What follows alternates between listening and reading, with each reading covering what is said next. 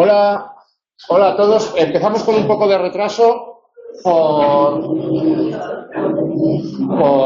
lo que sea.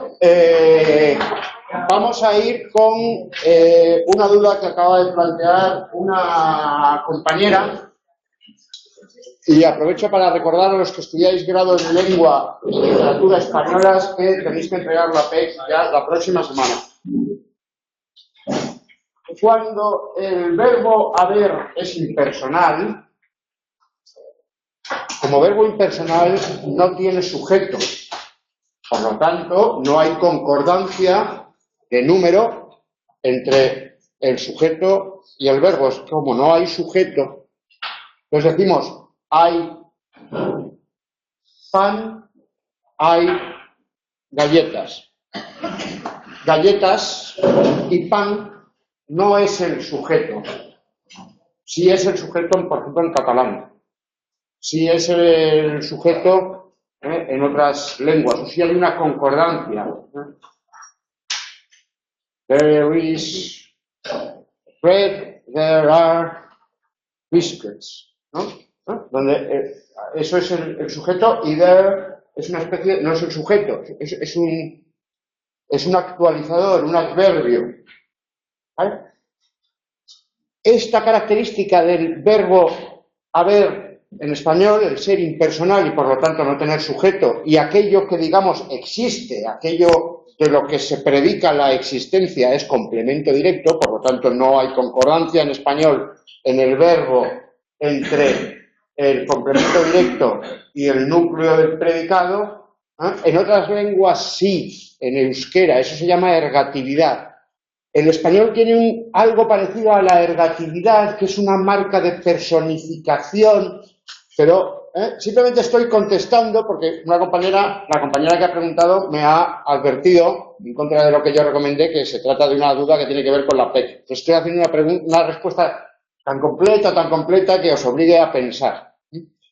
Bien, como en español no existe, y de hecho el verbo impersonal se caracteriza porque no tiene, entonces podemos decir hay personas y hay cosas, ¿no? Y ese personas no está marcado porque propiamente no es tampoco un complemento directo, pero dejándolo ahí, esa característica del verbo haber cuando significa existir, poner de manifiesto la existencia de algo, ese uso impersonal lo tiene el verbo haber en todos los tiempos y en todos los modos. Hay, había, hubo, habrá, habría, ha habido, haya, hubiera, hubiere, hubiese. Iba por todo el indicativo, pero una compañera acaba de saltarme al subjuntivo, acaba de hacer el subjuntivo. En el imperativo no hay, es defectivo y no hay un imperativo. Aunque podemos decir he aquí la verdad. Aquí está, aunque eso es un uso de... Y luego nos faltarían los perfectos. Ha habido, había habido, hubo habido, habrá habido, hubiera habido, haya habido, hubiera, hubiese habido, dicho uno mal, es habría habido, y el futuro del subjuntivo que solamente se utiliza en documentos hubiere habido. Si hubiere habido daños por parte de la víctima, si hubiera habido. Bien. En todos los tiempos, en todos los modos, tanto en los perfectos como en los imperfectos. La defectividad no tiene que ver con el tiempo, con el modo o con la perfectividad, sino solamente con la persona. ¿Por qué? Porque el modo, el tiempo y la perfectividad no tienen que ver con el sujeto y la persona sí. Esa sería la explicación de la duda que me ha planteado la compañera. No podéis ver la cara de la compañera, pero es un auténtico poema. ¿Hay alguna duda más? Que no sea del tipo la pregunta 5.2, no. Porque yo no me he leído la fe, en previsión de que pudiera haber, para mantener mi inocencia. Bien, si no hay ninguna duda más, vamos a terminar el tema 2 para que podáis completar la P. Tanto los del grado en lengua y literatura españolas como los del grado en estudios ingleses, que la tienen que entregar un poco después. La del grado en estudios ingleses ha cambiado de formato. Hemos decidido, el equipo docente, en beneficio de todos, que este año vamos a utilizar el formato de cuestionario. Beneficio de vosotros porque se va a parecer más a aquella parte del examen que provoca más problemas y más suspensos, que provoca el 99% de los suspensos, que es la parte del test. Entonces hemos conseguido una parte del equipo docente convencer a otra parte del equipo docente de que era mejor para vosotros. No vais a practicar la parte de desarrollo, en la que lo importante es la síntesis, porque tenéis el espacio tasado. Pero es que el 96% de la gente que pasa el test pasa el desarrollo. Por dos razones, porque si pasas el test ya tienes 3 puntos, con lo cual necesitas alcanzar solo 2. Entonces es relativamente fácil. Y porque el desarrollo son preguntas pues, que aparecen en el libro, también las de test, pero las de test sí que es verdad que hay que tener en cuenta los 3 libros, en el desarrollo, pues bueno. Entonces, si tenéis algún problema todavía contamos con la semana que viene para el grado en lengua y literatura, perdón, para el grado en estudios ingleses. El 23 es el último día. Y nosotros tenemos clase el 19. Por lo tanto, hoy vamos a dedicar la clase a los del grado en lengua y literatura española. La clase anterior fue dedicada especialmente a los del grado en estudios ingleses. Hay pequeñas diferencias. Hoy vamos a ver también las diferencias. Pero cada uno de vosotros tenéis que saber dónde os tenéis que situar. ¿Vale? A mí no me podéis decir, una compañera me decía por correo, soy de la asignatura comunicación oral y escrita. No existe esa asignatura. Lo dije el primer día, pero como había gente que se ha matriculado después, pues lo vuelvo a repetir. Hay 2 asignaturas, comunicación oral y escrita en lengua española 1 del grado en estudios ingleses y otra asignatura, comunicación oral y escrita en español 1 del grado en lengua y literatura españolas. No hay ninguna asignatura. Y luego hay la 2, que son asignaturas diferentes con diferentes tutores y demás, aunque sí que tienen el mismo nombre. Vamos a acabar entonces el tema 2. Nos queda la propiedad, impropiedad léxica, usos y abusos léxicos, significados recientes de algunas palabras, que como se refiere a 2001, pues el reciente se ha quedado un poco marchito, y el manejo del diccionario. Vamos a repasar también qué es hablar bien, diferencias entre lengua hablada y lengua escrita y los conceptos de corrección y adecuación, pero esta vez lo vamos a ver no de acuerdo con el manual de Gutiérrez Arauz et al., sino con el libro Saber hablar coordinado por Antonio Briz del Instituto Cervantes. Ayer, por cierto, se presentó un libro del Instituto Cervantes, había visto la noticia en la televisión, la maravillosa historia del español. Estoy seguro de que la lectura de ese libro va a ser mucho más interesante y aclaratoria que la del capítulo 1 del manual. Sin querer comparar a don Francisco Moreno Fernández con la doctora doña Ana Jimena. Vamos a ver primero algunas dudas que han ido llegando bien a los foros, bien al correo electrónico. Y vamos a empezar con una duda que ha llegado por el correo electrónico. Ya está. Carmen Solís. ¿Qué es lo que ya está, Carmen? Bueno, no sé. Debía de haber alguna conversación de antes. Estoy grabando la clase, sí. Sí. Voy a... No, pues Ayer vi... Sí, está el cuadrado. Creo que sí que está grabando. Sí. Vale. Aquí no. Este debería ser redondo. Y le he puesto... Es que me estaba preguntando la compañera, es que ayer grabé una de máster, o sea, no la grabé, y a los 40 minutos me di cuenta. Bien. Conectar. Vale, ya está conectada, Carmen. Bienvenida. Preguntaba el compañero, hola, 2 puntos, perfectamente escrito el correo. Después de realizar una búsqueda sobre el término lingüístico quesuismo, tengo la siguiente duda. Habría que poner una coma, porque cuando la subordinada temporal, cuya posición lógica en español es después de la principal, se antepone, Eso se llama dislocación y cuando hay una dislocación se marca con una coma. Bien, pero está bien, ¿eh? Pero esa coma es obligatoria. Tengo la siguiente duda, 2 puntos. Perfecto. ¿Por qué dicho término, jesuismo, no está registrado en el diccionario de la RAE ni en el diccionario panhispánico de dudas y, en cambio, los términos, la PEC ya ha pasado o no ha pasado? Los términos queísmo y dequeísmo sí lo están. Como ya os dije al principio, yo no estoy aquí para fiscalizar, ni para estar de acuerdo, ni para saber por qué la academia incluye unos términos y otros no. ¿Por qué? Pues posiblemente porque jesuismo se considera un término excesivamente especializado para aparecer en el diccionario de la Real Academia. No todas las palabras que existen están en el diccionario de la Asociación de Academias de la Lengua. Para que os hagáis una idea, hay aproximadamente 99.000 palabras. El diccionario del inglés tiene unas 200.000 palabras. Y no es que los hijos de la Gran Bretaña sean más inteligentes que los hijos de Iberia, ni muchísimo menos, ¿vale?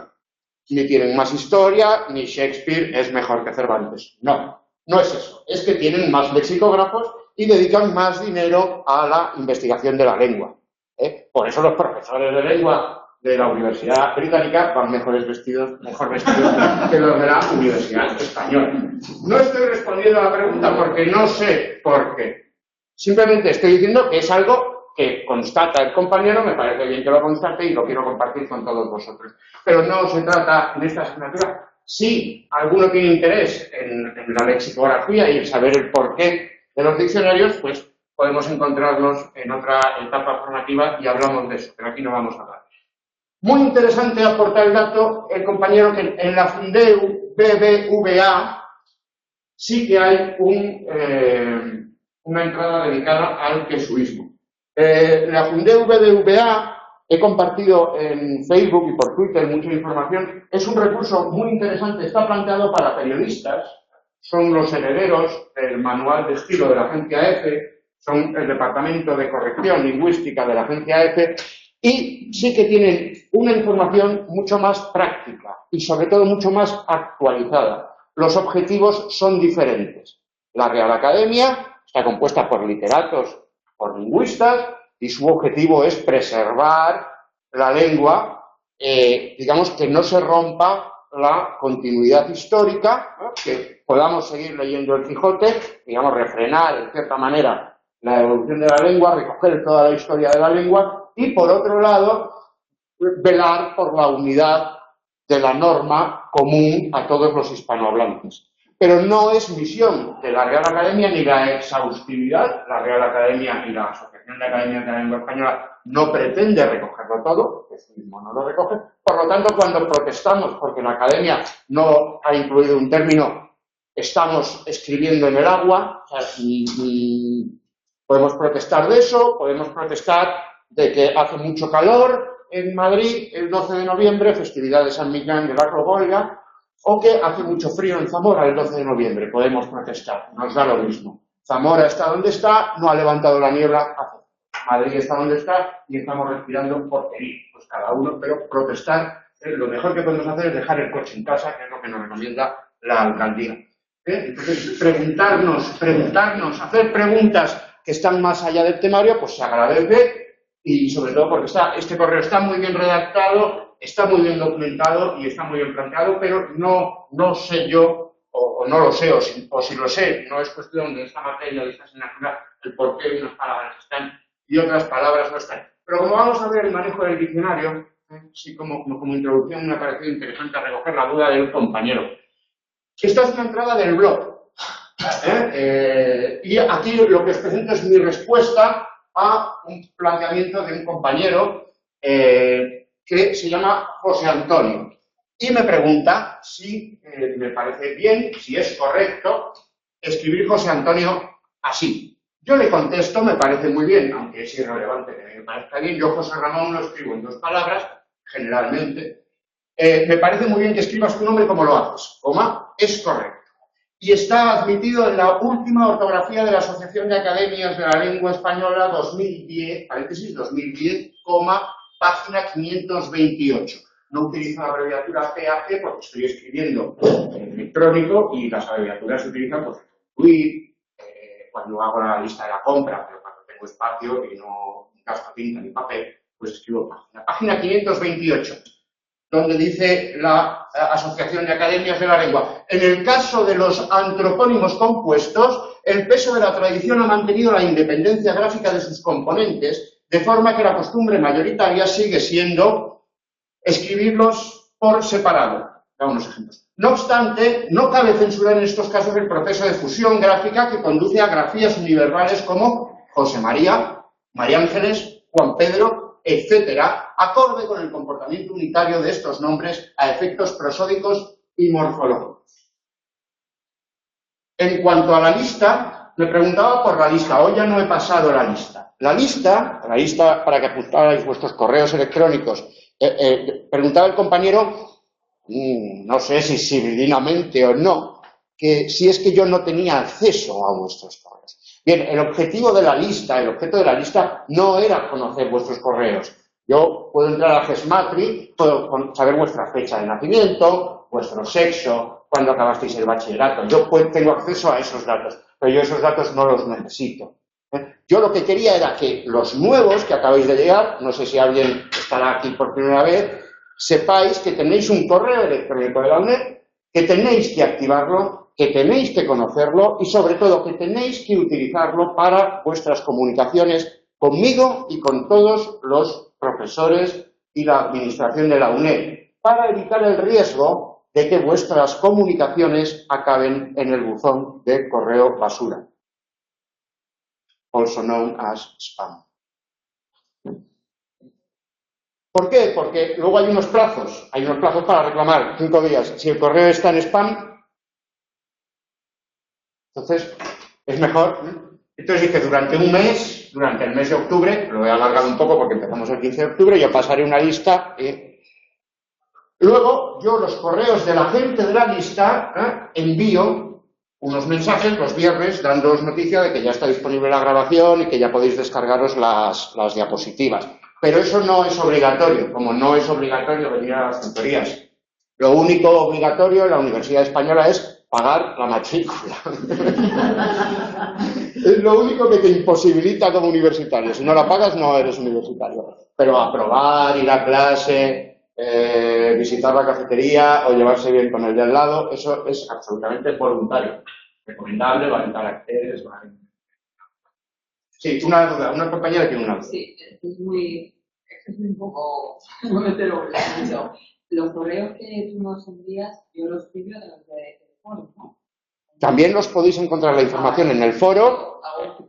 Los podéis encontrar en el foro, en la sección en el foro de la tutoría, en la sección de documentos de la tutoría. Digamos que el correo es pues para que la gente pues se familiarice con el correo y luego pues ya tenéis mi correo en vuestra bandeja de entrada, ya si me tenéis que escribir me podéis incorporar a vuestra libreta de direcciones, pero si no utilizáis el correo podéis verlo en el foro, donde también cuelgo la noticia los viernes por la mañana, o bueno, pues en Facebook, en Twitter. Yo procuro repetir esa noticia por varios medios para que pues vosotros elijáis cuál os viene mejor, cuál os resulta más cómodo, ¿vale?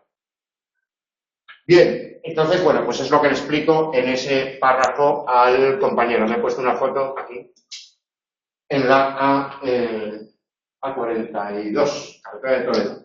Bueno, sobre la ausencia de cuadros, no me la saqué yo, me la sacó el copiloto. Sobre la ausencia de cuadros sombreados en las diapositivas, estimado profesor Carriazo, gravísimo error, 2 puntos. No un punto. Detrás de los 2 puntos en cartas, solicitudes, es principia con mayúscula y párrafo aparte. Revisando las diapositivas de la clase de ayer, como temporal, me he dado cuenta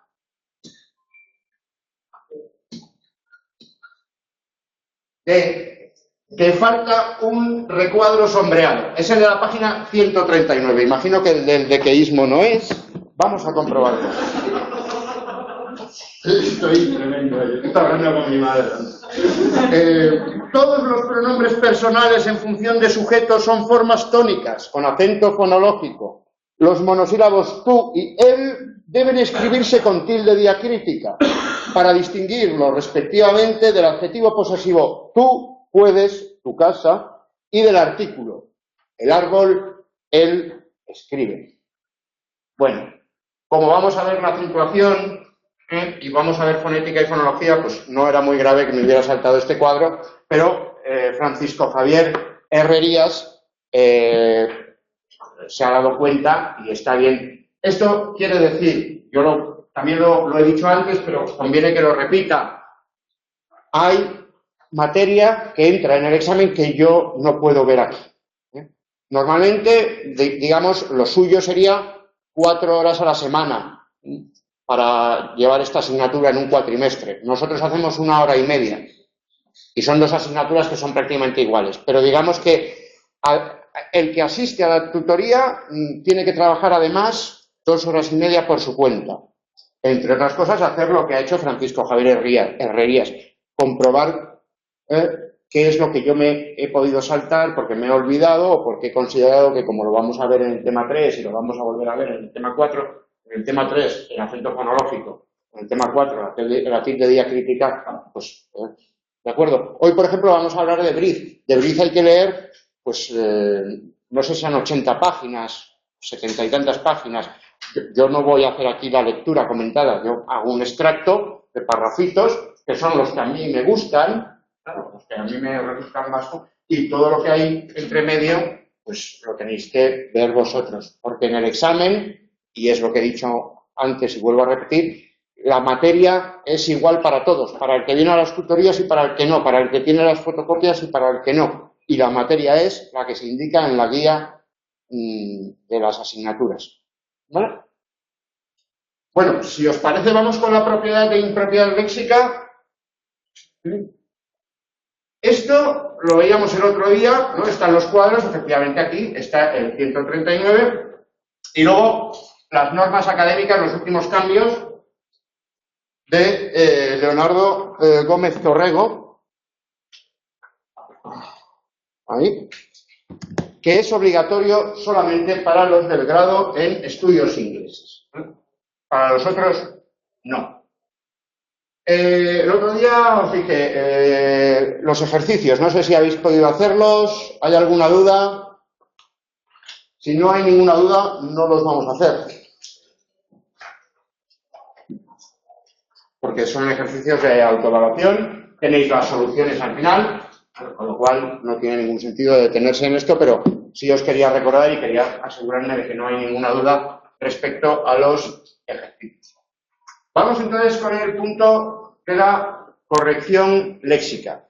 Ya introdujimos el concepto de corrección, no hay que confundir la corrección con la adecuación y digamos que no hay que hablar simplemente de esto está bien, esto está mal. Todavía también con una compañera le decía, yo cuando voy al médico le digo, doctor, estoy mal, me duele el codo. Y el médico entonces me dice, ¿en qué trabaja usted? Pues soy profesor en la UNED. Ah, eso significa que escribe muchos correos, 60 al día. ¿Y la silla cómo la tiene? Con los brazos. ¿Y cómo pone los codos? Así, pues eso es una tendinitis.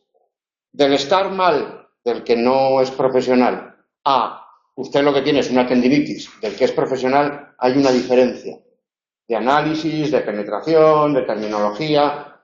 Es lo que se llama un diagnóstico. El profesional es el médico, el lego es el paciente. Pues ustedes son legos y dentro de 4 años, cuando hayan acabado sus grados, serán especialistas. Ahora pueden decir esto está bien, esto está mal. Bueno, cuando acaben podrán decirlo, sí, pero cuando acaben ya lo tendrán que decir en el bar. Ya cuando hablen con sus compañeros de profesión lingüistas, pues tendrán que hablar con mayor propiedad. Esta mañana he estado en una tesis también y me he puesto eso. Entonces, en el léxico, hasta aquí hemos visto la corrección en lo que tiene que ver con gramática. Es decir, morfología, género, número, tiempo, verbo y sintaxis, ¿no? Concordancias, discordancias. A partir de ahora vamos a examinar la corrección en el plano del vocabulario, del léxico. El léxico está afectado especialmente por la comunicación. El léxico cambia más rápidamente que la gramática. En la gramática, pues, yo es el pronombre de primera persona y yo era el pronombre de primera persona en los tiempos del Mio Cid. Sin embargo, hay muchas palabras en el poema de Mio Cid que no utilizamos en la actualidad. En algunos casos porque ha desaparecido el elemento, ya no, pues, en Madrid no hay alcándaras. La alcándara es la percha de madera donde descansa el halcón. Cuando lo dejo descansar, mando al halcón a descansar y el halcón se posa en una alcándara, ¿no? Entonces cuando el Cid dice alcándaras vacías, euchos encañados, está diciendo que como lo destierran, pues se ha quedado la casa de Vivar, pues los usos sin cañados, los cierres de las puertas, los usos sin candados, las puertas sin cerrar, pues ya en el siglo XI te destierran y no cierran las puertas, porque te lo llevas todo contigo. Y alcándaras vacías. Bueno, pues vacío, para nosotros entendemos vacío, pero no sabemos lo que es una alcándara, ¿no? Bueno, pues eso demuestra que el léxico cambia mucho. También podría poner ejemplos más cercanos, ¿no? Pues hace 10, 15 años estaba muy de moda decir, en lugar de en absoluto, decir para nada. ¿Te gustan las natillas? Para nada. Ahora ya no se dice tanto para nada como se decía, porque se abusó tanto de esa muletilla. El uso correcto del léxico implica riqueza. Es decir, para uno de los rasgos estilísticos del español es la variatio, ¿no? Lo que en retórica se llama variatio, la variación. Es decir, si tengo que mencionar algo en un párrafo, pues puedo utilizar sinónimos o cuasi sinónimos. O, por ejemplo, no abusar de palabras baúles, ¿no? Hacer una película, no, rodar una película. Hacer la comida, cocinar. Hacer patatas hervidas, pues hervir patatas. Cocer patatas en español europeo, cocinar patatas, porque en español americano pues no se utiliza cocer por la homonimia, por la paronimia. Bien, ¿qué ocurre? Que esa tendencia a introducir sinónimos para, digamos, demostrar un mayor dominio del vocabulario, una mayor riqueza del léxico, lleva a que el hablante que no tiene un conocimiento muy preciso del léxico utilice parónimos. Sinónimos serían términos que tienen un significado equivalente. Parónimos, sin embargo, son términos que se parecen mucho en el significante, pero que no tienen el mismo significado. Y se sustituye un término, una palabra, por otra palabra que se parece en el significante, pensando que el significado es parecido a otra y sin embargo no tiene nada que ver. Lo cual, por el contexto, eso es lo que se llama impropiedad léxica. Igual que en la gramática teníamos corrección, adecuación, y había distintos grados de corrección en lo escrito o en lo hablado, en el léxico también, además de la corrección, tenemos el concepto de propiedad. Propiedad es el uso de una palabra con el significado que socialmente está admitido y reconocido. ¿Cuál es el significado socialmente admitido y reconocido? Aquel recogido en los diccionarios normativos, descriptivos. En el español tenemos una tradición de 23 ediciones del Diccionario de la Lengua Castellana hasta 1914, Diccionario de la Lengua Española desde 1925 hasta 2014, en el que tenemos el Diccionario de la Lengua Española. Antes se le llamaba DRAE, Diccionario de la Real Academia, ahora se le llama DILE, Diccionario de la Lengua Española, porque los autores ya no es la Real Academia, aunque yo sigo hablando de la Real Academia, sino la Asociación de Academias de la Lengua Española. Ese es el repertorio léxico, digamos el tesoro léxico, donde se recogen todos los significados socialmente admitidos, socialmente convenidos. Sí, una compañera va a hacer una pregunta. No, es que yo creo que tenemos que confundir lo que es morfología y lo que es semántica. O sea, No, claro, no tiene nada. ¿Has estado antes en lenguaje humano? Ah, claro, es que ya me ha dicho que habéis estado muy morfólogos. No, pero yo creo que tendríamos que confundirlo. No, para que veáis la diferencia. Es que yo por lo menos confundo. Lo semántico es lo que tiene que ver con el significado. ¿Por qué confundes morfología con semántica? Porque todo lo que es morfología hay dos tipos, morfología flexiva y morfología derivativa. La morfología flexiva es la que sirve para unir, es decir, para establecer concordancias. El vestido azul, los vestidos azules, eso es morfología flexiva, indica el plural. Pero el plural es una cuestión también semántica. No es lo mismo tener un vestido azul que tener dos vestidos azules. Tienes el doble de vestidos azules. Entonces la realidad, esa es. Mientras que la morfología derivativa es puramente semántica.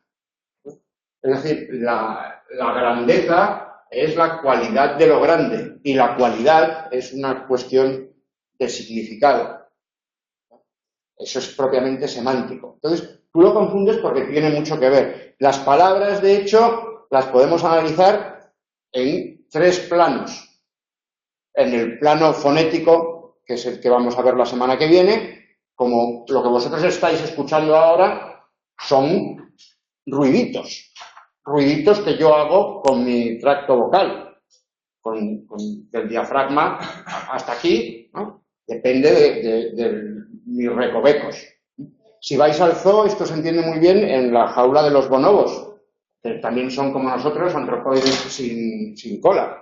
Y también se comunican haciendo grititos y haciendo muecas. Entonces, a base de poner muecas, pues los gritos se van modulando y ese es el sonido articulado. Y todas las palabras tienen eso. Supercalifragilístico espialidioso tiene eso y la conjunción y también tiene eso. Luego está el plano gramatical, donde podemos ver la morfología y estudiamos la estructura interna de la palabra o la sintaxis. En Grecia, cuando se manifestaban en contra de la cancillera alemana, se manifestaban en la plaza Sintagma. Sintaxis, sintagma es unidad, la Piazza dell'Unità de Roma, pues es la plaza Sintagma, y sintaxis es la unidad. Cuando hay varios elementos que se combinan, hablamos de sintaxis, y eso es la gramática. Y hay un tercer plano que es el del significado. Los enunciados tienen significados. Las palabras tienen significados, las construcciones tienen significados y los sonidos tienen significados. El sonido y, pues puede ser la conjunción copulativa en una estructura como niños y niñas, donde y es una conjunción copulativa. Es una palabra que tiene una estructura muy simple, las conjunciones suelen tener una estructura muy simple y que sirve para unir sintácticamente, por eso se le llama conjunción, a los niños y a los niños. A su vez, un conjunto de niños es una cosa, un conjunto de niñas es otra cosa, y si juntamos un conjunto de niños y un conjunto de niñas, entonces tenemos un conjunto de niños y niñas. Esa explicación de los conjuntos, eso es semántico. Pero el sonido y ha estado presente tanto en el análisis de la conjunción desde el punto de vista fonético, como luego en el análisis de la conjunción desde el punto de vista gramatical, como finalmente en el análisis de los conjuntos, que sería desde el punto de vista semántico. Es decir, es lo mismo. Yo confundo a mi primo David con mi primo Marcos, con los que son gemelos, que se parecen mucho. Si la compañera confundía estas dos cosas, pues algo tiene el vino cuando lo bendice. Bien, vemos entonces lo que es la propiedad, ¿no? El uso del significado, ¿no?, recogido en el diccionario en el contexto adecuado. La impropiedad, por lo tanto, es no hacer eso, es decir, utilizar una palabra con un significado que no le corresponde, que corresponde a otra palabra que, eso sería la paronimia, se parece mucho en el significante. Es decir, carretera de circuncisión, en lugar de carretera de circunvalación, sería ese caso. Al hablante, en ese caso a Papitos el de Airbag, circuncisión, o pasad ahí atrás que las chicas os van a hacer unas liposucciones. Bueno, pues, la liposucción a él le suena succión y eso le suena que es lo que hacen las chicas y entonces pues liposucción, os van a hacer unas liposucciones. Que además, como es gallego, pues, son ejemplos de una película. La gente se ríe porque es una comedia y la gente se ríe porque la paronimia se utiliza para hacer chistes. El hecho de que te rías es que detectas la impropiedad. Bien, causas del mal uso del léxico. Evitar la pobreza léxica. La pobreza léxica se considera algo que hay que evitar. ¿Por qué? Porque nos puede hacer parecer incultos. Y por lo tanto, cuando nosotros queremos que nos perciban como cultos, tratamos de evitar la pobreza léxica. Para evitar la pobreza léxica, hacemos la variatio y utilizamos mucho vocabulario. ¿Qué ocurre? Que podemos cometer errores si no tenemos un conocimiento adecuado del vocabulario. ¿Cuándo detectamos la pobreza léxica? Cuando una persona utiliza palabras baúl o clichés. Palabras baúl son aquellas que sirven para todo. Hacer una película, hacer pis, hacer la comida, hacer lo bueno, hacerlo en el pajar. ¿Vale? O dar. Dar la mano, dar una clase, dar una conferencia, dar una charla.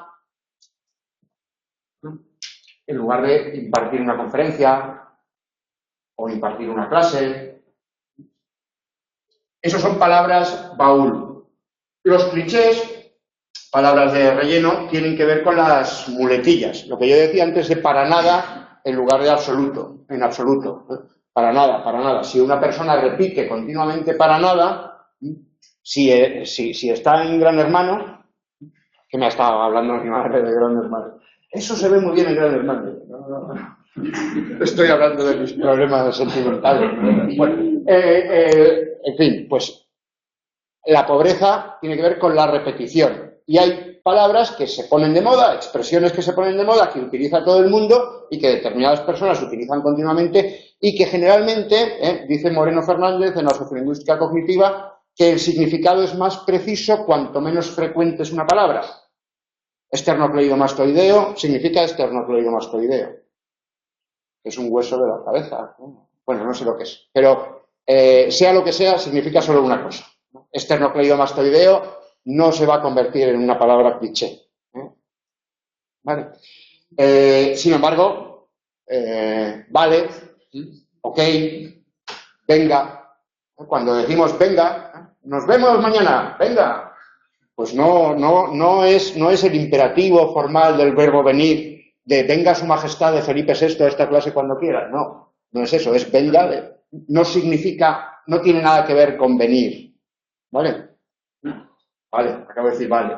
Las muletillas son clichés. Se pueden utilizar también como vocablos de relleno. Yo ahora vale lo he utilizado como un vocablo de relleno. ¿Para qué? Para ganar tiempo y poder mirar aquí. Expresiones vacías de significado. Lo mismo, son los clichés. Se vale, no tiene que ver con el origen latino de que los latinos lo utilizaban para despedirse. Vale, esté usted bien, ¿no? Palabras de sentido vacío, pues en la conversación son muy corrientes. Hasta luego. Yo cuando le digo a la señora de la panadería, hasta luego, no está toda la mañana pensando que de un momento a otro voy a volver a aparecer. Es una manera de despedida. O si digo adiós, no estoy deseando a nadie que vaya a encontrarse con el creador próximamente. Simplemente, no, digamos, las fórmulas de despedida, aunque están vacías de significado. Y luego las confusiones de significado, los significados erróneos. También las expresiones hinchadas y altisonantes. La hinchazón expresiva. Utilizar palabras muy largas, por ejemplo. El sesquipedalismo. Detrás de liposucción o detrás de circuncisión lo que hay es una tendencia a utilizar palabras largas. En español, por ejemplo, las palabras cultas tienen una estructura fonológica muy peculiar. Generalmente los esdrújulos son cultos, lo cual ha llevado a lo largo de la historia determinados cambios de acentuación. Y en lugar de medula, ahora decimos médula. Y en lugar de conclave, ahora decimos cónclave. ¿Por qué? Porque siendo, como la palabra cónclave solo se hace frecuente cuando se muere un papa, cosa que pasa cada más o menos tiempo, pero que no pasa todos los meses, pues es una palabra, digamos, poco frecuente, de un significado muy concreto, ¿no? Es el conciliábulo de cardenales para la elección del sumo pontífice de Roma. Y como eso no se produce, esas noticias, es cierto que cuando se muere un papa, durante 2 o 3 semanas, escuchamos continuamente cónclave, cónclave, cónclave, cónclave, ¿no? Pero ese contexto muy preciso en el que se usa, el hecho de que sea religiosa, pues hace que sea una palabra que el hablante percibe como culta, y como las palabras cultas en español suelen ser esdrújulas, pues entonces le cambia, a lo largo de la historia ha cambiado su acento y ahora es antietimológico. Y algo parecido con médula, ¿no? Que tiene que ver con la medicina. Porque lo que se comían los visigodos, y se comía mi abuelo también, cuando estamos hablando de comida no llamamos médula, lo que se come es el tuétano. Cuando lo llamamos médula es igual que las patas son de las sillas y de los perros, pero las personas tienen piernas, pues las personas tienen médula en sus estructuras óseas o huesos, y los pobres animales pues tienen tuétanos. Los pobres animales, perdón, los animales. Bien, altisonantes. El resultado es el empobrecimiento del idioma. Esto es una barbaridad. O sea, el idioma no es ni más rico ni más pobre por lo que nosotros hagamos. Si un gobierno se gasta dinero en hacer diccionarios, pues el idioma es rico, porque donde se mete dinero hay riqueza. Ya está. Nosotros, como hablantes, no podemos colaborar. Bueno, a ver, si nos dan el premio Cervantes y hacemos una gran obra, sí. Pero así como hablantes de a pie, profesores de gramática humilde de la UNED, poco podemos hacer por evitar el empobrecimiento del idioma. Bueno, explicaros todas estas cosas. Causas de la impropiedad léxica, la paronimia. Vocabularios muy próximos en el significante, pero que no tienen nada que ver con el significado. Inerme significa sin armas. Inerte significa inactivo. Y así en algunos exámenes, el año pasado, no recuerdo si en septiembre, pues el gladiador perdió su espada y quedó inerme en la arena del circo. Correcto, inerme, sin armas. Pero si ahí en lugar de inerme ponemos inerte, es incorrecto. ¿Por qué? ¿Por qué suponemos nosotros que se ha quedado inactivo? Pensamos que como ha perdido la espada, le ha dado un tal y se ha quedado así.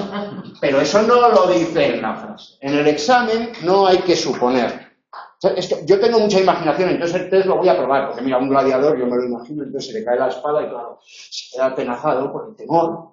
Y está atenazado. Y eso es lo que dice ahí. No, eso no lo dice ahí. Eso es una cosa que tú... Es como si yo voy al médico, le digo que me duele el codo y me dice que eso es posiblemente porque como mucha carne. Como que como mucha carne, si a mí me duele el codo y no, voy a cambiarme de médica. Pues lo mismo, no, es que tengo mucha imaginación. O las cuestiones de, es que yo dudé entre la A y la B, porque claro, las dos... Bueno, sí, ¿y qué? No, yo tenía claro que la C y la D no eran, pero la A y la B, y como yo dudé, dije, bueno, voy a poner una, y si es la otra, ya protesto. Pues bueno, pues aquí estoy yo lidiando con la protesta, ¿no? O rayar y rayar, que lo da como homonimia, son homónimos, aunque no son homófonos, no es lo mismo rayar con el rayo que rayar y hacer rayas. O confirmar, corroborar frente a ratificar. ¿Cómo podemos saber esto? Pues vamos al diccionario y vemos que inerme es el que está sin armas y que inerte es inactivo, ineficaz, incapaz de reacción. Gas inerte. Un gas no puede ser inerme, un virus no puede ser inerme, un virus puede ser inactivo, un gas puede ser inactivo, pero un virus no tiene armas. Nos hace daño, y todo lo que nos hace daño lleva armas. Sí, tienes una mente privilegiada para la metáfora, pero esto no va de eso. De momento, a lo largo del grado irá de eso, pero de momento no. Primero se trata más de refrenar las ansias literarias, para luego ya en tercero y en cuarto dejaros campar. Rallar, desmenuzar algo con el rallador o con el rayo. Queso rallado. Y rallar, hacer o tirar rayas. Hombre, yo puedo hacer un queso manchego con un punzón y rallarlo, hacer rayas en el queso, claro. Pero el resultado es un queso rallado, no es queso rallado. Para eso necesito un rallador, y entonces, ¿vale? Tacharlo manuscrito o impreso con una o varias rayas. Uno tiene que ver con rayas y el otro tiene que ver con el rallador. En algunos casos ya es más diferente, más difícil, porque confirmar es corroborar. Corroborar la verdad, certeza de algo, y corroborar es dar mayor fuerza a la razón. Por lo tanto, corroborar y confirmar son sinónimos, porque significan lo mismo. Argumento, opinión. Yo puedo confirmar que algo es verdad, corroborar que algo es verdad mediante pruebas, mediante argumentos. Sin embargo, ratificar es aprobar o confirmar actos, palabras o escritos dándolos por valederos. Ratificar es lo que hizo el Parlamento de Cataluña el lunes, ¿no? Y como ratificó entonces ya el Tribunal Constitucional y el rey que suspendió su agenda y estamos que no sabemos si vamos a acabar el cuatrimestre o vamos a tener que ser movilizados como en tiempos del conde duque de Olivares. Bien, pues no es lo mismo, ¿eh? No puedo ratificar algo mediante argumentos, porque para ratificar tengo que tener la capacidad de ratificar. Una ley se ratifica y entra en vigor a partir del momento de su ratificación. Se valida. No es lo mismo. Aunque bueno, se parece, ¿no? Parece que la ley en el momento en el que se ratifica cobra valor, cobra vigor, cobra verdad y por lo tanto es como algo en el momento en el que se corrobora, ¿no? Una verdad o una... Propiedad y impropiedad léxica, parónimos. Tenéis una lista, esta lista está sacada del libro y tenéis accesible y asequible. Asequible es lo que se puede comprar. Accesible es aquello en lo que se puede entrar. Este edificio no es accesible para una silla de ruedas. Sí, tenemos ascensor, luego es un edificio accesible, ¿vale? Con la bajada de los carburantes se ha hecho más asequible el uso del vehículo particular. ¿Por qué? Porque la bajada de precio de los carburantes ha hecho que baje la gasolina, se va a hundir Rusia, se va a hundir todo, pero es más barato y entonces tenemos que ir a 70 por más de 30. Asequible, lo que tiene que ver con comprar. Esta casa es asequible, me la puedo comprar. Esta casa es accesible, tiene rampas para acceder, tiene puertas, no tengo que entrar por las ventanas. Acervo y acervo. Acervo es un montón, un cúmulo, el acervo de bienes, el acervo de costumbres, el acervo de tradiciones, y acervo con B es áspero al gusto. Agrio y amargo, agridulce y áspero al gusto. Acervo. El vinagre, ¿no? Es acervo. Adolecer es faltarle algo negativo, o sea, algo positivo. Adolece de sentido del humor habría que mirar en el diccionario, pero adolecer se adolece de indolencia, se adolece de tristeza, se adolece, falta algo. Pero ese algo, esto ha cambiado de todas maneras en el diccionario. Apertura y abertura significa lo mismo, pero apertura es un cultismo, por eso tiene la P, y tiene que ver con los hombres que tenían sus piernas cruzas. Es un quesuismo. O debe ser los hombres que sus piernas estaban cruzadas. Los hombres cuyas piernas estaban cruzadas. Los hombres que tenían sus piernas cruzadas no es un caso de quesuismo. Un caso de quesuismo es los hombres que sus piernas estaban cruzadas. Quesuismo es cuando aparece quesú. Y se puede sustituir por cuyas. Los hombres cuyas piernas estaban cruzadas, no sé qué. Los hombres que tenían sus piernas cruzadas es correcto. Aunque también se puede sustituir por cuyas piernas estaban cruzadas. Piernas, y si escribimos los hombres que sus piernas, Si escribimos cruzás por cruzadas, le tenemos que poner un acento. Tenina. R. Núñez ha entrado en una espiral de ratas en el chat en este momento. Vamos a apertura, entonces, como es culto, lo utilizamos en sentido más abstracto. La apertura del curso, la apertura del año judicial y abertura en la derivación vulgar en sentido más concreto, la abertura de la falda o la abertura de una cama. Porque no me entiendes, José Ramón. Es que tus compañeros no lo están viendo, por eso lo leo. Los hombres que sus piernas es un quesuismo, como indica el que y sus junto. Y además es un quesuismo porque se puede sustituir por cuyas. Los hombres cuyas piernas. Los hombres que sus piernas tenían. Los hombres cuyas piernas tenían. Es un caso de quesuismo que es lo que tú preguntabas. Te entiendo y te estoy respondiendo. Dime que me entiendes tú a mí. Los hombres que tenían sus piernas cruzadas. Soy muy bueno. Vale. Gracias. La diferencia entre bienal y bianual. Bienal es lo que ocurre una vez cada 2 años. La Bienal de Venecia. Y bianual es lo que ocurre 2 veces en un año. Los solsticios son fenómenos bianuales. ¿Ok? Solsticio de verano y solsticio de invierno, 2 al año. Y los equinoccios, equinoccio de primavera, equinoccio de otoño, son fenómenos bianuales. ¿Es semestral? ¿Es igual que bianual? Sí, semestral ocurre, sí. De hecho, los solsticios y los equinoccios son fenómenos semestrales.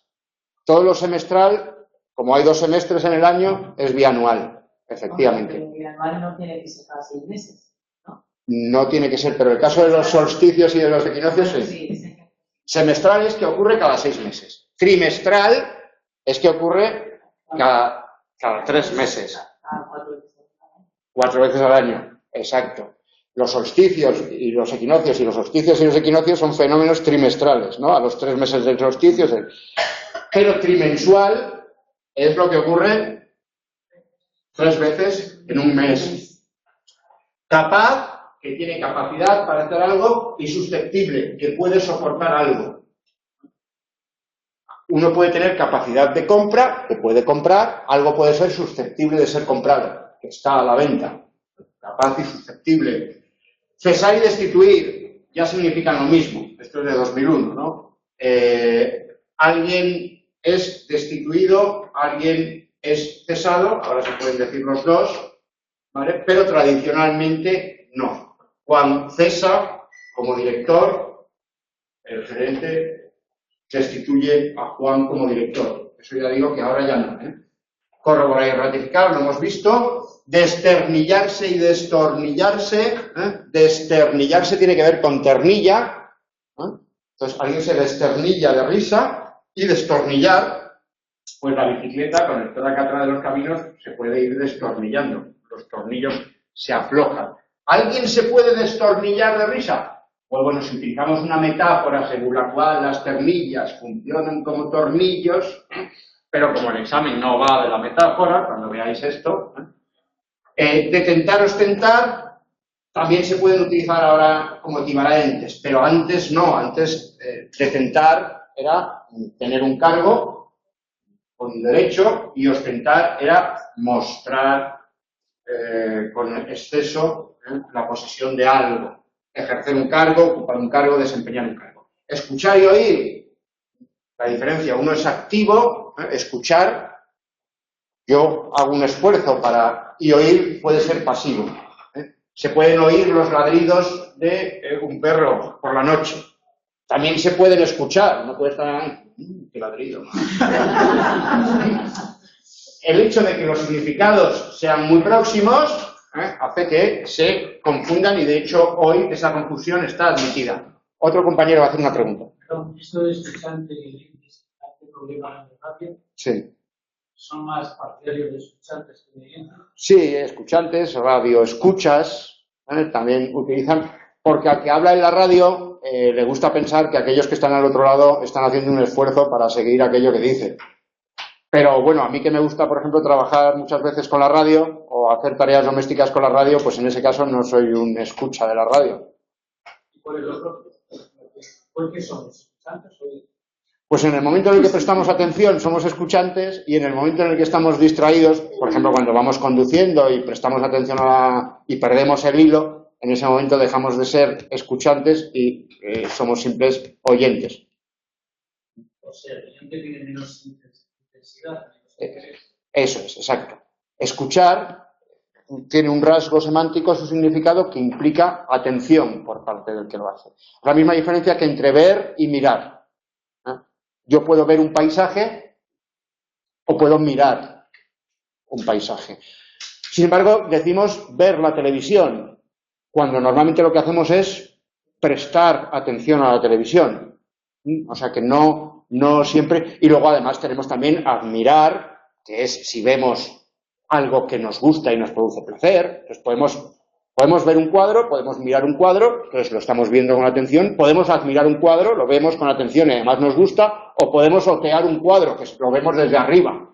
Nos subimos al banco del Prado y oteamos el cuadro. O sea, todo es ver, pero cada uno de ellos tiene de la misma manera, oír y escuchar. En escuchar hay un significado adicional de atención, prestar atención.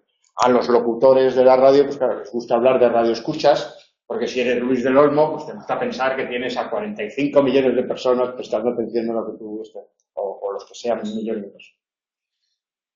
Bien, ojear con H tiene que ver con hoja y es pasar rápidamente las hojas de un libro, y ojear sin H tiene que ver con ojo y es pasar la mirada por encima de algo. Yo puedo ojear un libro y no ojearlo. Ahora estoy ojeando un libro con H, pero no lo estoy ojeando. También puedo ojear un libro y ojearlo. Entonces estoy haciendo las dos cosas. Pero también puedo ojear el celo de la perdiz. Y entonces no estoy pasando nada. Entonces, si en el examen aparece que estoy ojeando el celo de la perdiz en el Alto del Cerrato, provincia de Palencia, y lo está escrito con H, ahí hay un error. ¿Vale? Pero es verdad que un periódico o un libro puedo hacerlo. Inaudito es lo que no se suele oír, insólito es lo que no suele ocurrir. Claro, lo inaudito es lo insólito que tiene que ver con la audición. Entonces puede haber, pero yo puedo escuchar un grito insólito, porque el hecho de escuchar un grito no suele ocurrir, pero también puedo escuchar un grito inaudito, un tipo de grito que no es el grito normal, que a mí me parece, entonces, inaudito, insólito. Infringir, se infringe una ley, una norma, podemos infringir el código de la circulación. Si hoy hemos circulado por la M30 a más de 70 km por hora, hemos infringido la normativa municipal prevista para la contaminación. Infligir es infligir un castigo. Es cierto que a quien infringe una norma se le suele infligir un castigo, es decir, son verbos que además de parónimos suelen aparecer en contextos parecidos, en contextos normativos, por eso se confunden, pero no hay que confundirlos. Inverosímil es lo que no se puede creer, indiferente es lo que no te hace tomar partido. Podemos decir que ir o no ir a ver la película me es indiferente, es decir, si quieres vamos, si no quieres no vamos. Yo no me manifiesto. No podemos decir que me es inverosímil ir a ver la película. No, inverosímil es algo que no se puede creer, que es difícil de creer. Ingerir, con G, tiene que ver con ingesta, que significa utilizar los músculos de la garganta para hacer pasar alimentos o bebidas. La ingesta de alimentos, la ingesta de bebidas. Ingerir con J tiene que ver con injerto. Significa introducir algo en otra cosa. Normalmente es una rama en un tronco para hacer un injerto, en un rosal, o piel, un injerto de piel, un trozo de piel en una zona del cuerpo para recomponer la piel. Ahí sí que son perfectos homófonos, y tanto en América como en Europa, pero ortográficamente son diferentes. Mirar y ver, lo hemos dicho, perjuicio y prejuicio. Prejuicio tiene que ver con una opinión preconcebida, mientras que perjuicio tiene que ver con perjudicar, un daño, ¿no? Pero fijaos que se parecen muchísimo. Prescribir y proscribir. Prescribir es recomendar. Alguien que tiene autoridad, un médico, una autoridad prescribe pues, medicamentos o prescribe una dieta ligera. Y proscribir es prohibir. Se parecen mucho, pero los significados no. Prever y proveer. Prever es ver con anticipación, proveer es suministrar. Proveer. Reticente, reacio, remiso, terco, reticente a algo, el que no es partidario de hacer algo y se resiste. Reacio, remiso y terco son significados muy próximos, pero son más generales. Revelar con V y revelar con B, también homófonos pero no homógrafos. Revelar es descubrir lo que está oculto, con V. Y revelar tiene que ver con el revelado de las fotografías, también manifestar algún conocimiento secreto, la divinidad, ¿no? La revelación. Y revelar con B tiene que ver con rebelión. ¿Vale? Podemos decir, Errejón es un rebelde. Bueno, pues tiene que ver con que quiere cambiar la Constitución, quiere cambiar el orden establecido. No hay más que verlo de la cara que tiene. Qué barbaridad esa. Reverter y revertir, ya estoy cansado. Reverter y revertir. Reverter tiene que ver con volver a verter, con rebosar, verter un líquido en un recipiente. Revertir tiene que ver con tomar algo y trasladarlo a un estado, a una situación anterior. Ojalá el gobierno hubiera revertido la situación económica antes de la crisis, ¿no? O la OPEP quiere revertir el precio del petróleo a como estaba hace un año, que vuelva otra vez a los $80, está a 46. Bueno, y visionar, visualizar, visibilizar. Visualizar, visibilizar es hacer visible, visualizar es lo mismo, imaginarse, y visionar es, por ejemplo, un vídeo, hacer una exposición, o sea, verlo completamente y con atención, ¿no? Visionar, no es exactamente visibilizar un problema, hacer que sea visible, frente a visionar, tiene que ser algo, pues, un vídeo, una obra de teatro, un ensayo. Bien, estos serían parónimos. Significados recientes de algunas palabras. Hay que tener cuidado con esto porque el diccionario y el libro tienen una diferencia de 13 años. Entonces, los ejemplos que se dan en el libro ni los he traído aquí, porque corresponden a principios del siglo corriente, finales del precedente. Nuevas palabras, pues el año pasado hubo mucha polémica. Amigobio, ¿no? Es una nueva palabra. Pues amigobio es aquella persona con la que se mantienen relaciones sexuales sin ningún tipo de compromiso, pero de manera habitual y placentera. Bueno, no sé, eso no es. Bien, amigobio, ¿eh? Se protestaba mucho, en clase el año pasado protestaban y dicen, ¿cómo es posible que la academia admita amigobio si no lo dice nadie? Pues no lo dice nadie en este poblachón manchego que llamamos Madrid, donde vivimos muy poquitos, aunque cuando recorres la M40 para ir de Getafe a Canto Blanco parece que somos muchos, pero comparado con Lima, con Ciudad de México, con Bogotá, esto es un poblachón manchego. Bien, pues aunque aquí digamos follamigo, lo decimos 4, y además no lo escribe nadie porque es puro oral. Sin embargo, amigobio tiene mucha frecuencia y se utiliza mucho en América, por eso está en el diccionario. Usos que deben evitarse: la adjetivación innecesaria, indigencia absoluta. La indigencia es pobreza absoluta, con lo cual ahí ese adjetivo es indiferente. Podríamos decir, es un epíteto, entonces tendría que ir delante, la absoluta indigencia en la que nos han dejado los últimos acontecimientos, como la Blancanieve. Pero la nieve blanca no tiene sentido, a menos que estemos distinguiendo la nieve blanca de la cuneta de la nieve pisada de la calzada. Adverbios de relleno: absolutamente, fundamentalmente, si repetimos continuamente, fundamentalmente, pues fundamentalmente no significa nada. Absolutamente también estuvo muy de moda hasta que Fangoria hizo una canción y de repente se pasó de moda, pero absolutamente. Varios sinónimos: hacer público y notorio, objetivo primordial y fundamental. Pues público y notorio es lo mismo.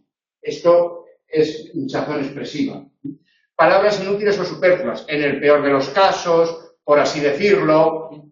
Bueno, circunloquios y tópicos, para que tú me entiendas, por así decir, puro y duro. Palabras, Paulo, comodines, hacer una película, en lugar de rodar una película. Hinchazón expresiva no es lo mismo ostentóreo que ostentoso. Ostentóreo no existe. Existe estentóreo, que es un sonido gutural ahogado, estentóreo, y existe ostentoso. Ostentóreo es una palabra que creó Jesús Gil, Olin, presidente del Atlético de Madrid, club de fútbol, que dijo ostentóreo, pues que además de tener que ver con el... Este es el título de un libro donde se explican de José Antonio Pascual muchas de estas cosas.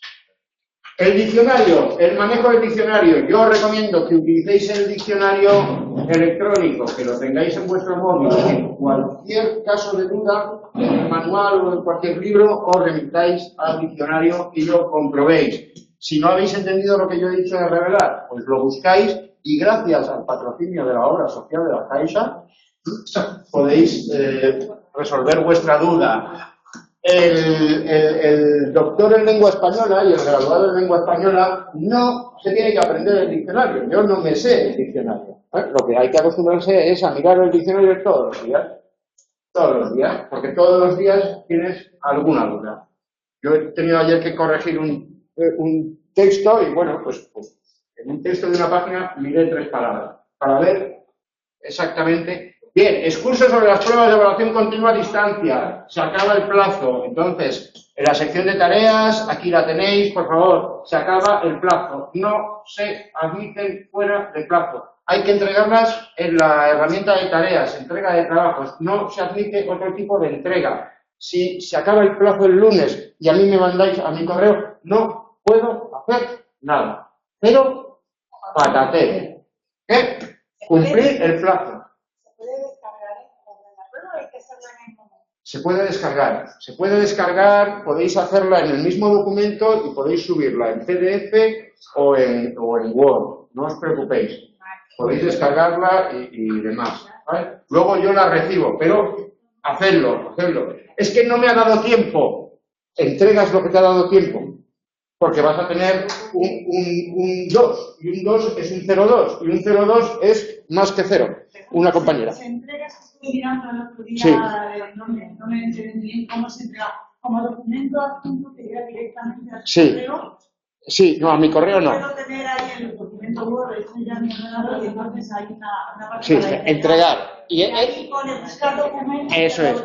Es más o menos como adjuntar un documento en un correo electrónico o subirlo. Eso es. ¿Podemos tener algún tipo de confirmación de que ha sido recibido? No, pero en el momento en el que lo subís, vosotros podéis subir una nueva versión. Y al subir una nueva versión te dice, aquí ya hay una versión subida. O sea, sí, lo podemos comprobar. Tenéis la hora y la fecha allí. Sí, no me escribáis, no es necesario que me escribáis porque de verdad que no ha pasado nunca, no se pierden. ¿Vale? En el otro grado lo veremos la semana que viene. Os lo podéis descargar también, pero sí tenéis que contestar en línea. Y en el momento que das a enviar examen, ya no se puede corregir. Agotamos posibilidades que hacemos si nos entrevimos, no, porque te ha agotado mi tiempo. No, en el grado en estudios ingleses, pero tenéis ilimitados los intentos. Creo que no están limitados. Puedes hacer lo que dice la compañera, imprimirlo para meditarlo, para estudiarlo y tal. Pero para responder tienes que responder en línea. ¿Vale? No es este.